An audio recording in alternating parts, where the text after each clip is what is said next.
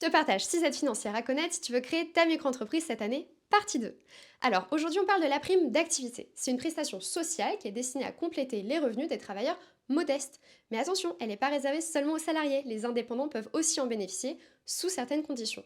Je t'invite vraiment à te rendre sur le site de la CAF pour voir si peut-être que tu peux en bénéficier. Maintenant, on va parler de l'exonération de la cotisation foncière des entreprises la première année. C'est la CFE. En fait, le micro-entrepreneur est exonéré de CFE au titre de sa première année d'activité. Les années suivantes, il doit payer la CFE dans les mêmes conditions que tous les créateurs d'entreprises.